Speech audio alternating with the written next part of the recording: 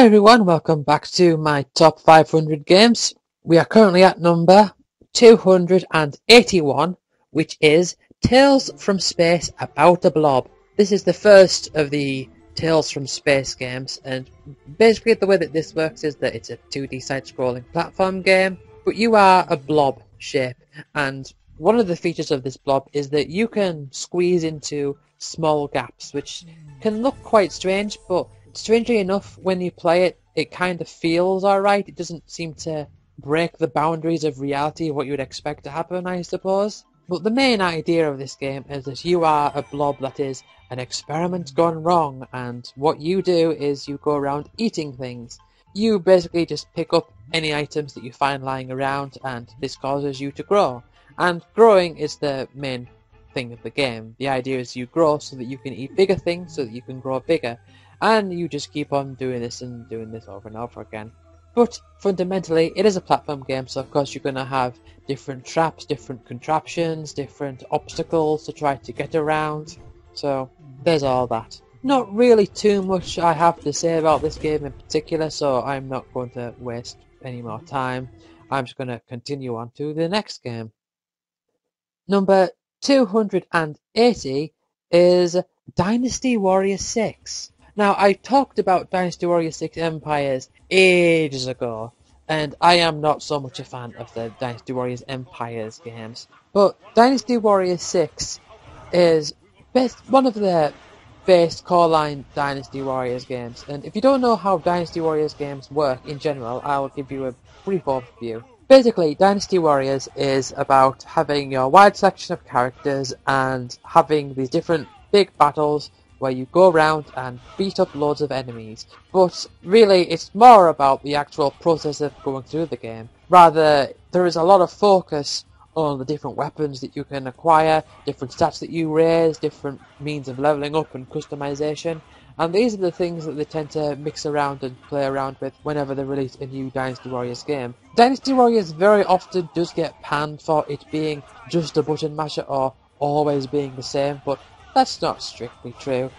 As for the actual fighting of Dynasty Warriors, the way that it works is that you press square to do the normal attacks, and I am talking specifically using PlayStation controls here. Just imagine these controls with like a different button layout if you want to. But you go around, you press square to do the regular attacks, you can press triangle to unleash the end of the combo for a bigger attack, or you can press circle to unleash your Muso, which is sort of like that character's special attack, where they'll go out and do like a big attack that will attack loads of enemies, or it'll cover a lot of ground, or something like that. But in order to use your Muso skill, you have to build up the Muso bar, and you do that by being hit or attacking enemies, or it will just raise automatically if you're on critical health. That's a general rule of the Dynasty Warriors games. And there are also different power-ups and bonuses you can find along the way, like temporary buffs like double defense and double strength for 30 seconds, and then double speed for 10 seconds, or max Muso for 10 seconds, those types of things. Now, I really like the Dynasty Warriors series of the games that I have played, but the reason why Dynasty Warriors 6 falls really low on this list, for one, is that it doesn't really have much in terms of universals, and that is a big thing for me.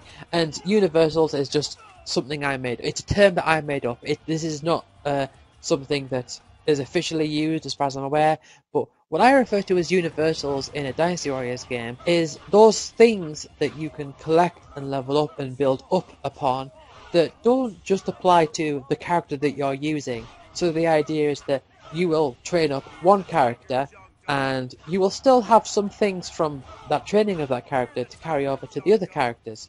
And this game doesn't really have so much of that. But from what I could tell, the only real universal in this game was the horses. So you can get different horses, and that's really, really it, that from what I was able to play. Also, in Dynasty Warriors 6, each character has their own individual skill tree, so you will get points that you can spend in developing different stats and different skills. And it looks different for every character. It's not huge, but in Dynasty Warriors fashion, there are a lot of characters, so there's still a lot to do there. Number 279 is Dragon Fantasy Book 1. I don't believe Dragon Fantasy Book 2 has been released in Europe, at least not on PSN, because I played Dragon Fantasy Book 1 on the PSN, and I think it's pretty obvious from the name itself that Dragon Fantasy is a mix of Dragon Quest and Final Fantasy, the name that is, and the idea is that it's a basic RPG. Now, I've played this not too much, and I do want to get into the later chapters, because from what I'm aware, I think it gets better, but the best way I can describe it, and well, the best way I think that most people would understand this, is for me to say, it's an old school RPG. You run around, you have random battles, you have a list of different attacks to use, but from my experience of this game, I really feel that it kind of misses the point, and I think that this is quite a big thing that companies, just people do in general when it comes to things like, RPGs and, just flat out missing the point. It kind of feels like what this game has done in my limited experience of it, is that it's as if it could just copy some of the core concepts of an RPG, but not really expand upon them. There is some grinding in this game, but the grinding is so static in that it's obvious that you need to do a bit of grinding, and so you will go and do some grinding before progressing to the next area, and when you get to the next area, you'll have the equipment and stuff. And it's very basic, and it's a decent game. I do enjoy playing. I have enjoyed what I have played of it. I just think that just having random battles or just having a world map isn't really enough, because that's kind of how it feels like it's portrayed as if it is enough. I don't know if I'm making sense. It's kind of as if they thought to themselves, these are the features that these types of games have, and we want to make a game that's very reminiscent of those types of games, so let's add those things without thinking so much about interesting ways to implement them or interesting ways to use them. It sort of works off this completely ludicrous notion that innovation in RPGs is all about action-based mechanics and stuff, which is just stupid.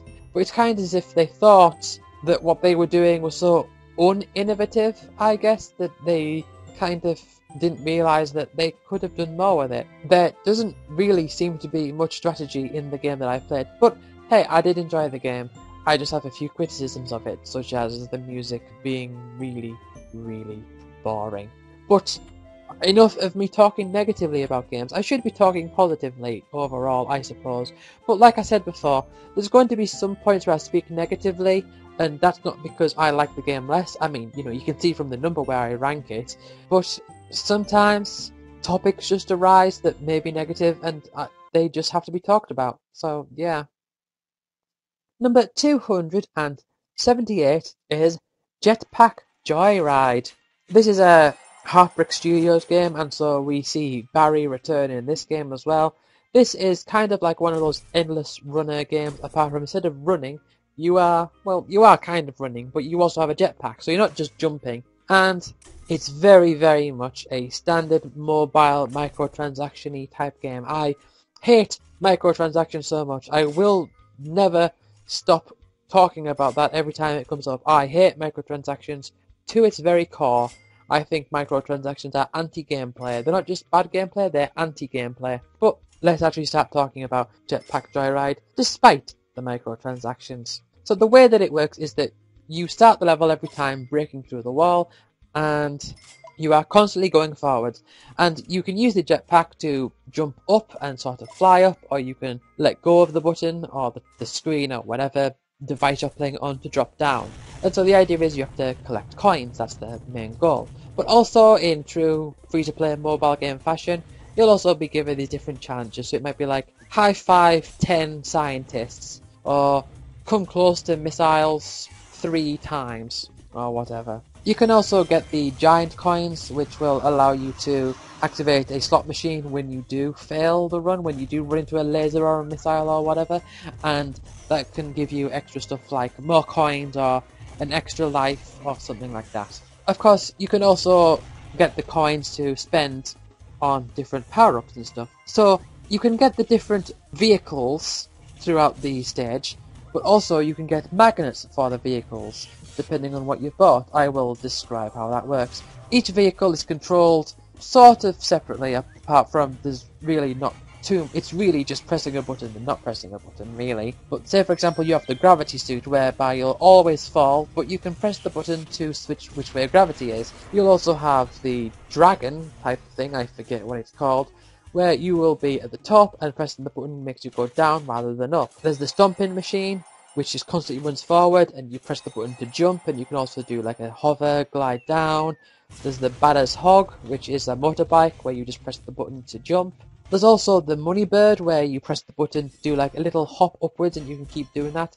Kind of like Flappy Bird, but I think this game came out before Flappy Bird, so it kind of sounds like it could be a joke on Flappy Bird, but not particularly like it really could have been, given the time it came out. You also have the teleporter, so you'll just be moving forwards with this target moving up and down. You press the button to teleport to the new target. And there are probably others that I can't think of on the top of my head right now.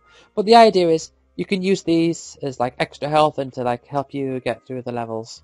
You can buy upgrades using the coins that you collect, including different magnets for the different vehicles, meaning that when you're in the vehicles, the coins will attract to you.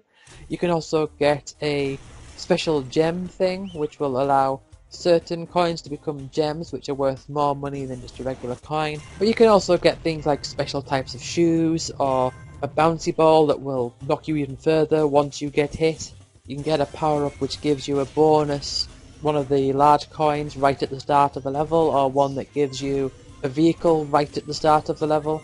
There's all sorts of different combinations of equipment that you can have. One of the best ones, one of the most expensive ones I remember, is the normal magnet, which just gives you a slightly weaker magnet, but you're constantly having this magnet equipped rather than just when you have a vehicle. And of course there's also things that prevent hazards from working, such as things that burn out the lasers or prevent rockets from shooting out. There's all sorts of different bonuses and upgrades and stuff. And there's also stupid little cosmetic things you can buy as well, which are just silly, but extra stuff to spend your money on, I suppose. So yeah, I've played this on quite a few devices because it's a free game.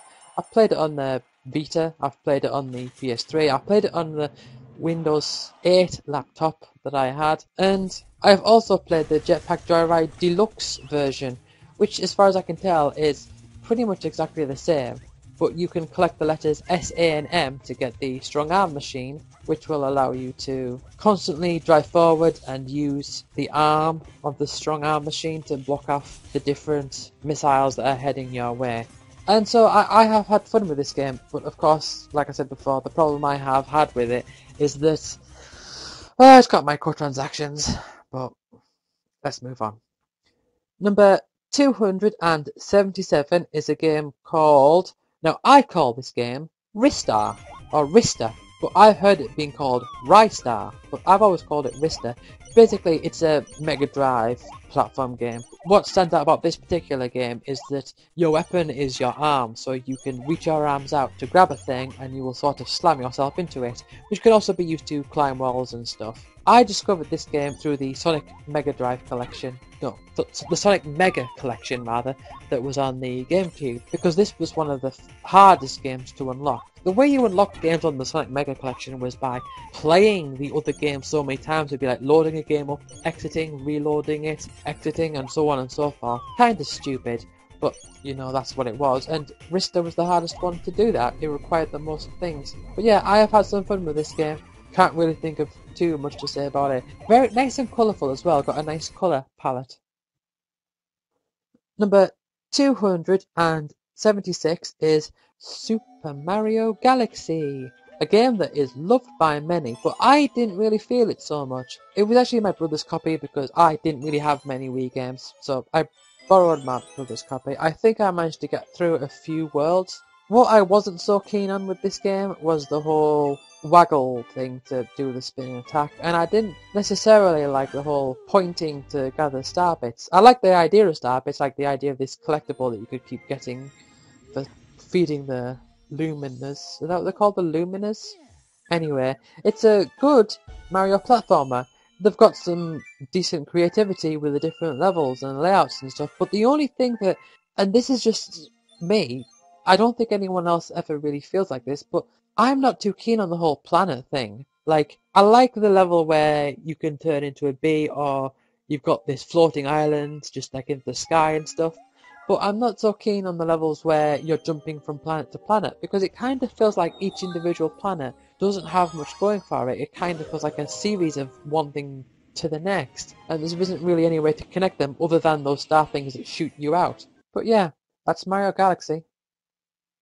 Number 275 is Prince of Persia: The Sands of Time. Now, I need to play more of this game because I played probably a good few hours, and I liked the core principle of jumping and reaching different platforms and swinging and all the acrobatic stuff I quite liked. The combat as well was quite nice. What I liked about the combat and what I remember about the combat is mostly to do with how you kill enemies.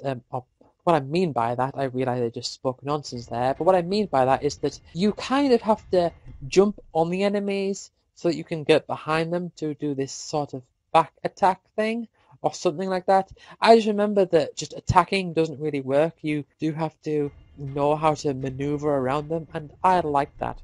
Also, this is home of the rewind mechanic thing, but it's not infinite, and that's pretty nice. It creates more variation in results based on skill, and I like that. Also, this game has possibly one of the most annoying characters I've ever seen in anything ever. Like, I don't know his name, but there's one character who's like telling you what to do because there's this big contraption, but he's yelling at the top of his voice. He's got this really, really annoying, like, croaky, shouty thing, and it's like constant. I don't know. But yeah, that character's really annoying.